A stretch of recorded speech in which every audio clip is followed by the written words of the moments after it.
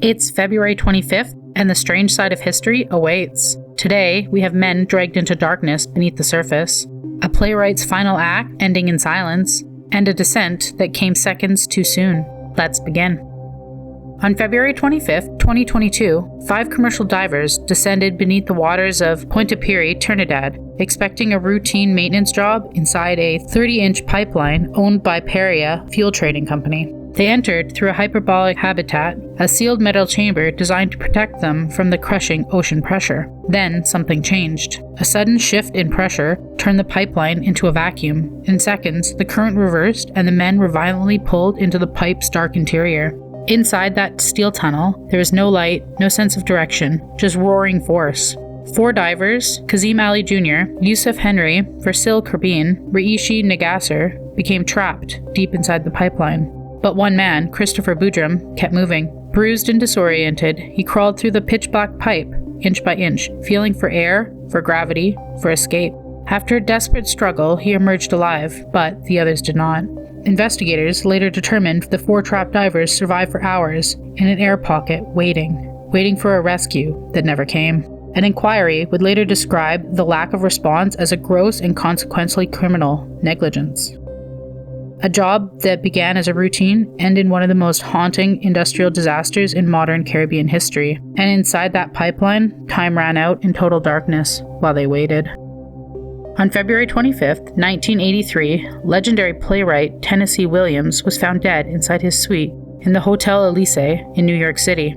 At first, the explanation sounded almost mundane, tragic but simple. Reports claimed he had accidentally choked on a plastic cap of his nasal spray bottle, a small object, a quiet accident. But almost immediately, doubts began to surface. Those close to Williams questioned the story. The room reportedly contained alcohol and prescription medications, and later accounts from medical officials suggested they may have played a role. Some believe the choking narrative was a cleaner version of events, easier for headlines and easier for a legacy. Was it a freak accident, or was it an overdose quietly reframed? Williams had written some of the most emotionally raw dramas in the 20th century, stories filled with fragile minds, fading glamour, and private despair. And in the end, his own final act unfolded alone in a hotel room, surrounded by ambiguity. No dramatic farewell, just conflicting details, a bottle cap, and a mystery was never quite settled into certainty. On February 25, 2009, Turkish Airlines Flight 1951 was seconds away from landing at Amsterdam's Schiphol Airport. Passengers were preparing for touchdown, seatbelts fastened, tray tables up, a routine arrival. But inside the cockpit, something invisible had already gone wrong. A faulty radio altimeter, a small instrument measuring height above ground, began feeding incorrect data to the autopilot. The aircraft believed it was lower than it actually was. The system responded by pulling back power. The Boeing 737 began to lose speed, no alarm screaming, then the stall. The nose pitched up, lift vanished, and the ground rushed forward. The aircraft slammed into a muddy field 1.5 kilometers short of the runway, breaking into 3 sections on impact. 9 people perished, including 3 pilots, but 126 survived. The soft soil absorbed the force. The speed was just low enough, and rescue teams arrived within minutes.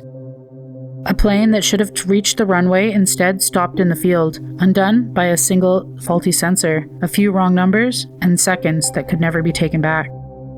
Another day, another strange bite from history. Like, comment, and subscribe. Your next eerie dose is just a day away.